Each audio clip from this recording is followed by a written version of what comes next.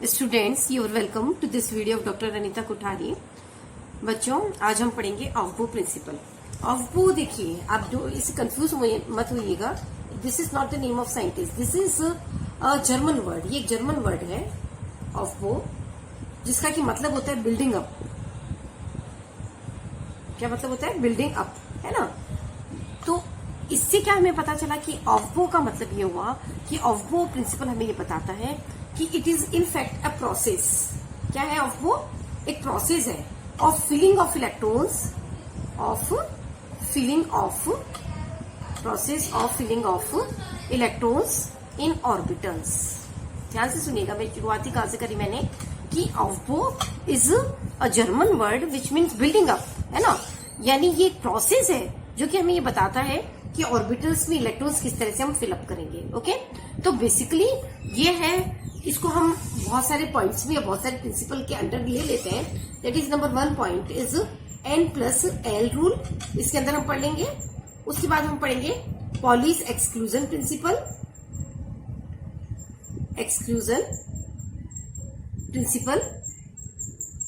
और इसमें फिर हम पढ़ेंगे third Hund's rule of maximum multiplicity, Hund's का अधिकतम बहुलकता का नियम, Hund's rule of maximum multiplicity. ठीक है ना।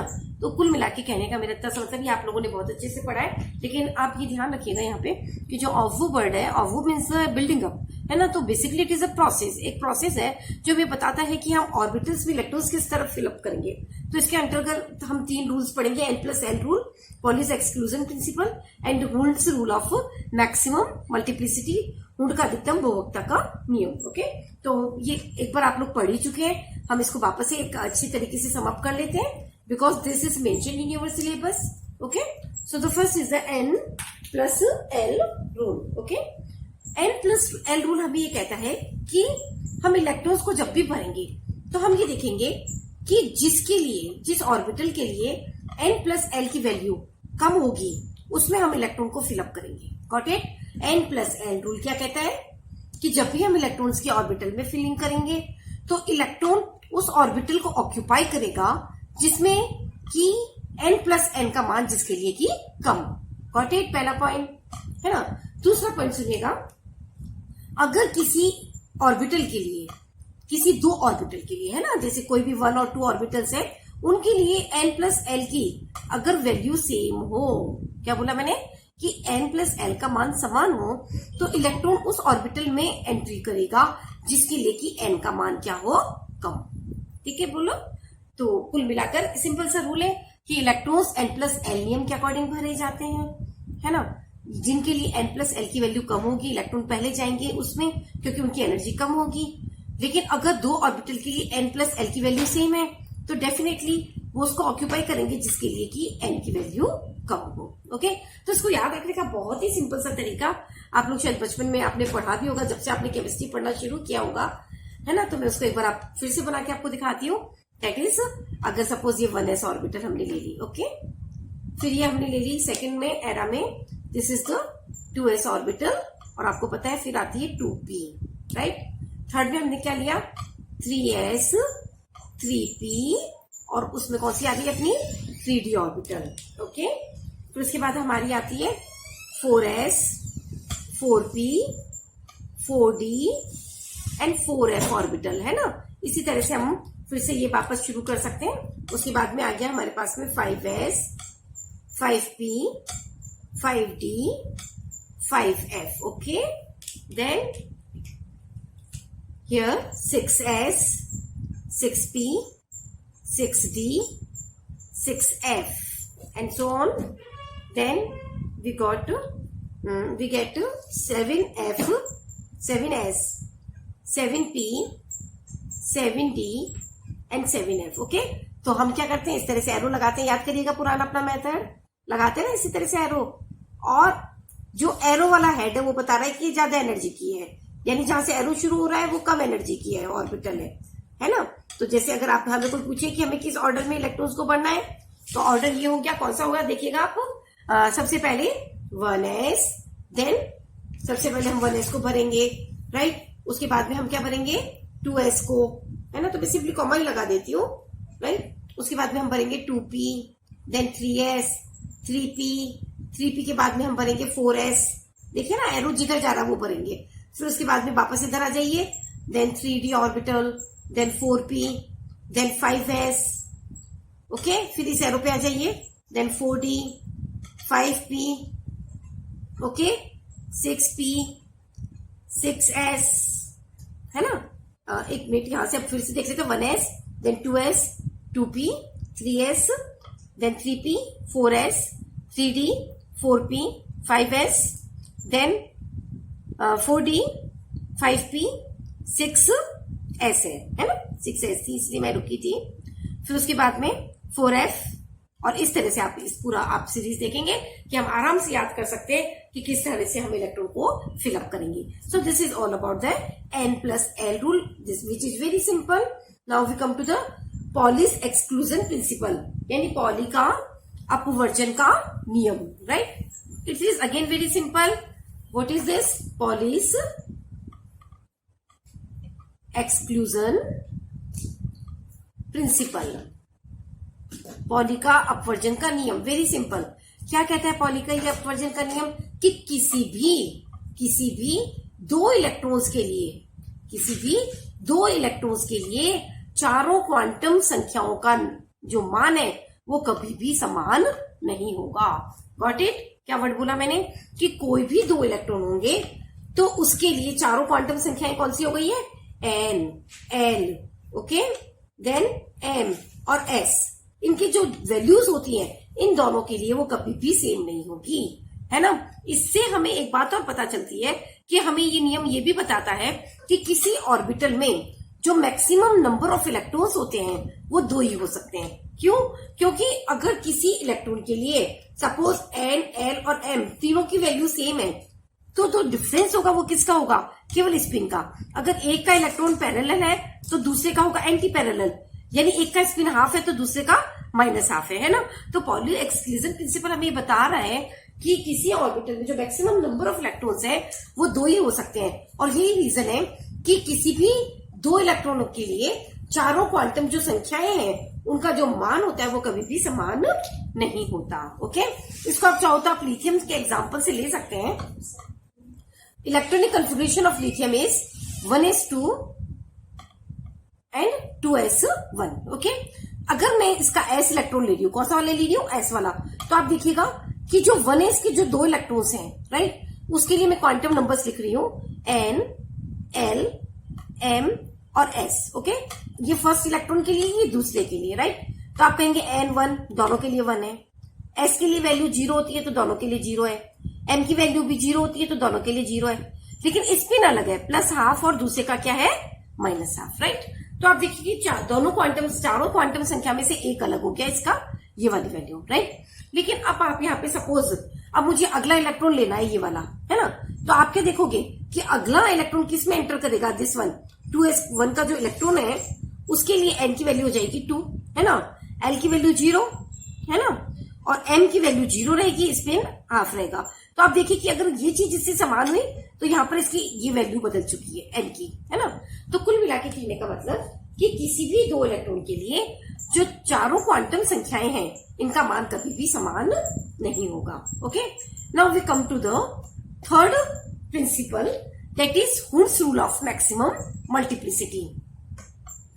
Hund's rule of maximum multiplicity, Hund का अधिकतम बहुवक्ता का नियम।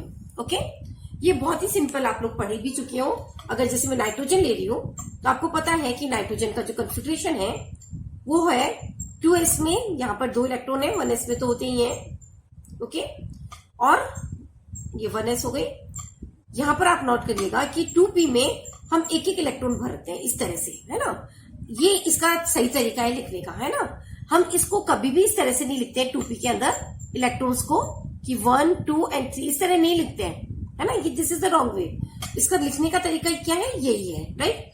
तो कहने का मतलब ये हुआ, हुन्स का जो अधिकतम बहुवक्ता का नियम है वो ये कहता है, ध्यान से सुनिएगा, कि जब तक सभी कक्षकों में एक एक इलेक्ट्रॉन नहीं आ जाता, तब तक इलेक्ट्रॉन का युग्मन नहीं होता। Got it? Means electrons are not paired in the orbitals of same energy till all orbitals are having at least one unpaired electron, है ना। यानी कहने का मतलब सब में सबसे पहले एक एक इलेक्ट्रॉन जाएगा और उसके बाद अगर कोई इलेक्ट्रॉन आता है तो उसकी पेयरिंग यहां से शुरू हो जाएगी। क्लियर है? बोलो, है ना। तो इस तरह से हम इलेक्ट्रॉन की फिलअप नहीं कर सकते कि पहले आप दोनों भर लिया और इस तरह से, है ना। तो ये कहलाता है पाउलीस रूल ऑफ मैक्सिमम मल्टीप्लिसिटी, है ना। Hund's rule of maximum multiplicity, Hund का अधिकतम बहुवचनता का नियम कहलाता है ना। वो हमें ये बताता है कि जितने ज्यादा अनपेयर्ड इलेक्ट्रॉन होंगे, इसके पीछे लॉजिक क्या देखिएगा कि जितने ज्यादा अनपेयर्ड इलेक्ट्रॉन होते हैं उतनी ज्यादा एक्सचेंज एनर्जी होती है, विनिमय ऊर्जा होती है, और जितनी ज्यादा विनिमय ऊर्जा होती है उतना ही ज्यादा स्टेबलाइजेशन या स्टेबलाइजेशन एनर्जी होती है। तीनों बात को आप समझना। हुंस का ये नियम किस पे बेस्ड है? हुंस का नियम क्या कह रहा है कि जब तक समान ऊर्जा के कक्षकों में एक एक इलेक्ट्रॉन नहीं आ जाता उनकी पेयरिंग शुरू नहीं होती। ओके, इसके पीछे लॉजिक ये है कि जितने ज्यादा अनपेयर्ड इलेक्ट्रॉन होंगे उतनी ज्यादा विनिमय ऊर्जा होती है और उतना ही ज्यादा स्टेबलाइजेशन होता है या स्टेबलाइजेशन एनर्जी होती है। राइट? तो इसको समझने के लिए हम एक फॉर्मूला लेते हैं ताकि आपको अच्छे से क्लियर हो जाए ये टर्म भी कि क्या है ये। राइट? तो सबसे बात हमारे पास दो चीज आ रही है, एक करके सुनिएगा आप ध्यान से। सबसे पहले हम ले रहे हैं एक्सचेंज एनर्जी। क्या ले रही हूं मैं? एक्सचेंज एनर्जी का फॉर्मूला होता है N K, and this equals to be n minus 1 n into n minus 1 upon 2, है ना। The formula of exchange energy is n into n minus 1 upon 2, right. And second होता है pairing energy,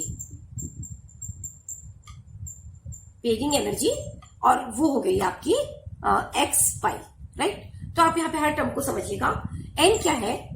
n is the number of unpaired electron, unpaired electrons की संख्या है n, तो है ना। And pi is the pairing energy, युग्मन ऊर्जा। ओके, यहां पर x is the number of paired electrons, है ना, युग्मित इलेक्ट्रॉनों की संख्या है। राइट? तो अब देखो स्टेबलाइजेशन एनर्जी का फॉर्मूला मैं आपको बताती हूं। स्टेबलाइजेशन एनर्जी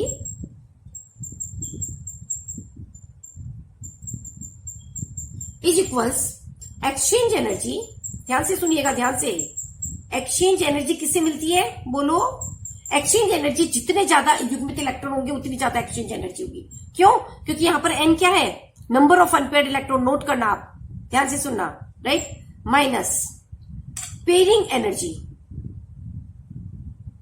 यानी युग्मन की ऊर्जा, है ना। तो इलेक्ट्रॉन को यहां पे मैंने वर्ड क्या लिया है? x, number of paired electron, युग्मित इलेक्ट्रॉनों की संख्या, है ना। तो देखिए दोनों फैक्टर अलग मिलकर के इसको क्या देते हैं? स्टेबलाइजेशन देते हैं। तो इसमें मैं आपको एक अच्छा सा न्यूमेरिकल सॉल्व करवाती हूं।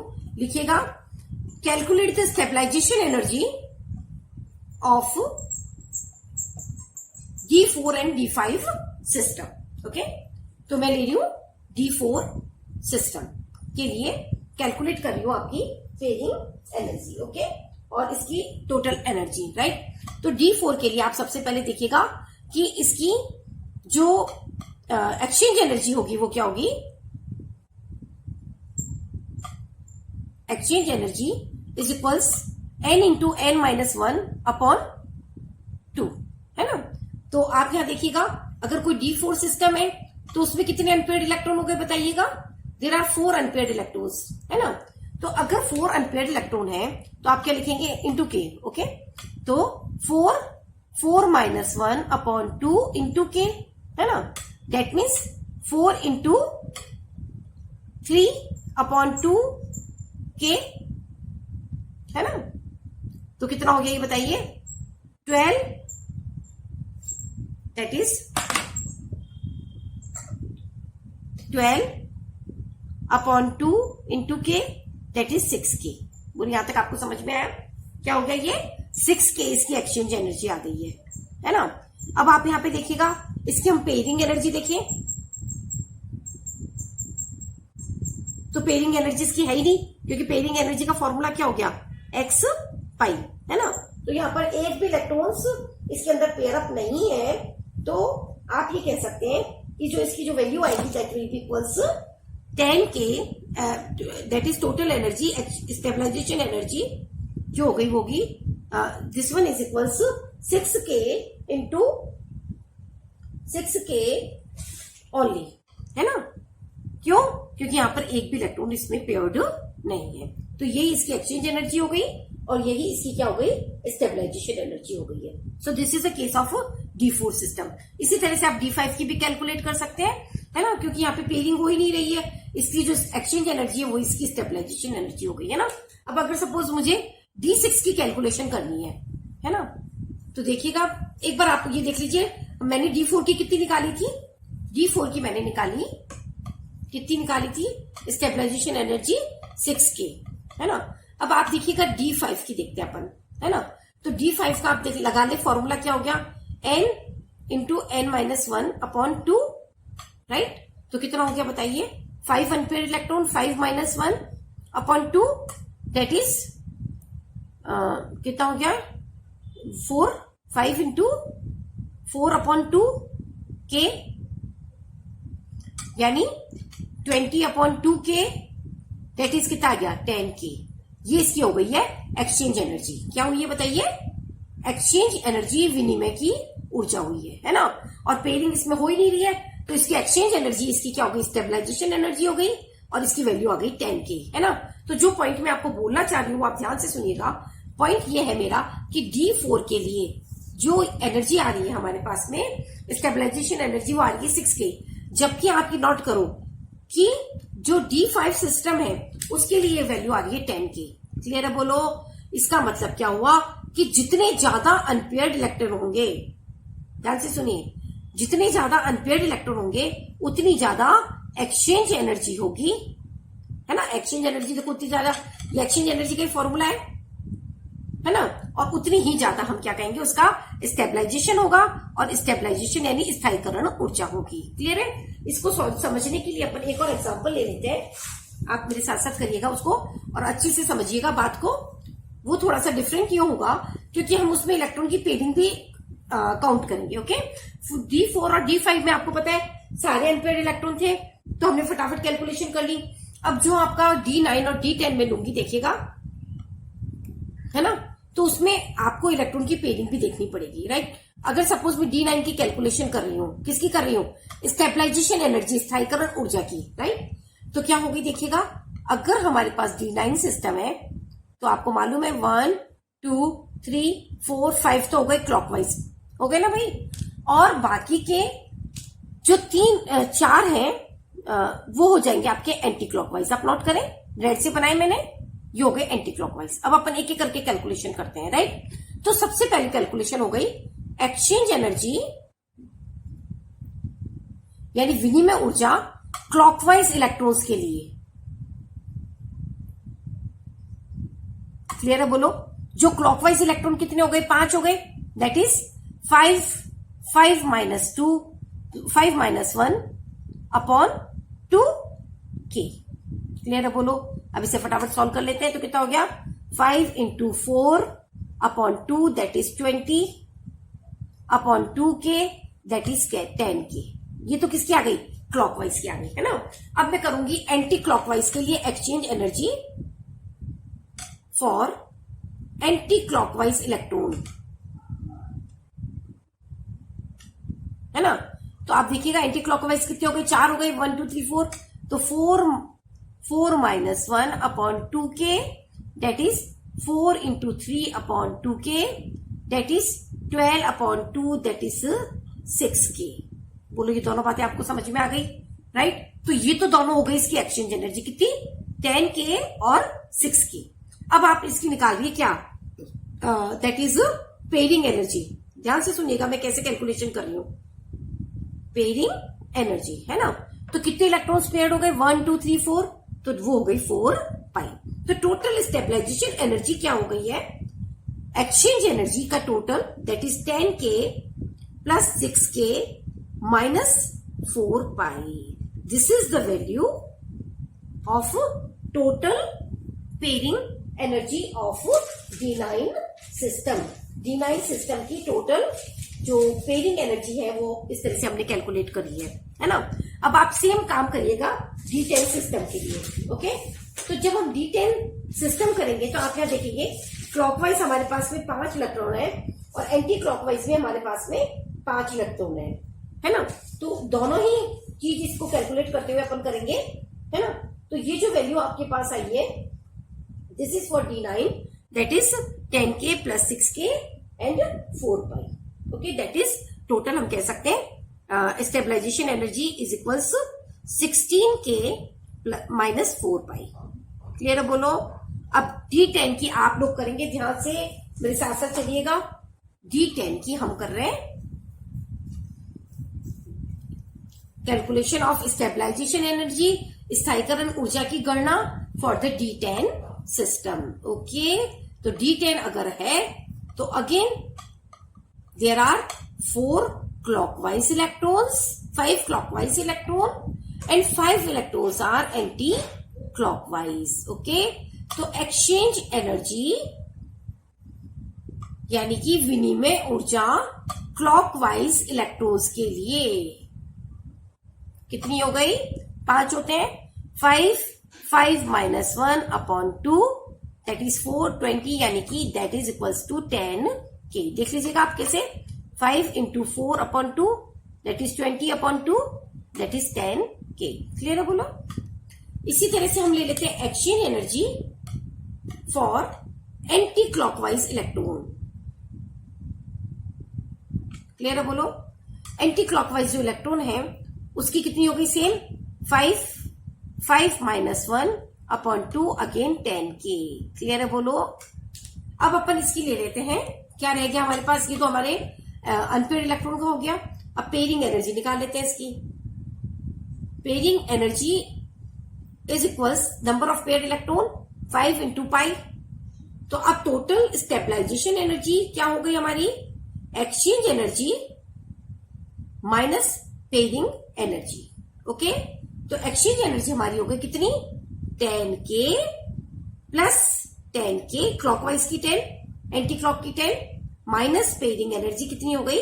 5 pi, that is 20K 5 pi. Got it? तो आप देखो ध्यान से समझना, मैं जो आपको बात बताना चाह रही हूं वो क्या है कि किसी भी सिस्टम की स्टेबलाइजेशन एनर्जी, क्या स्थायीकरण ऊर्जा जितनी ज्यादा होगी वो उतना ही ज्यादा स्टेबल होगा। या ये कह दो कि जितने ज्यादा अनपेयर्ड इलेक्ट्रॉन होते हैं सिस्टम में उतनी ही ज्यादा उसकी एक्सचेंज एनर्जी होती है। देखना आप, उतनी ही ज्यादा उसकी एक्सचेंज एनर्जी होती है और उतना ही स्टेबल वो सिस्टम होता है।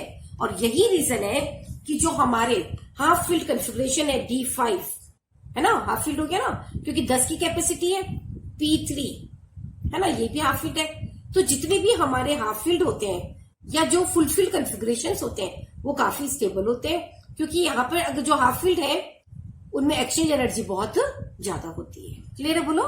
तो आई थिंक कि आपको ये एक्सचेंज एनर्जी और जो पेयरिंग एनर्जी है वो कंसेप्ट आपको क्लियर हुआ होगा। और इस तरह का कभी भी कोई कॉम्पिटिशन में न्यूमेरिकल आए तो आप आराम से इसे सॉल्व कर सकते हैं। Okay, thank you so much for watching the video.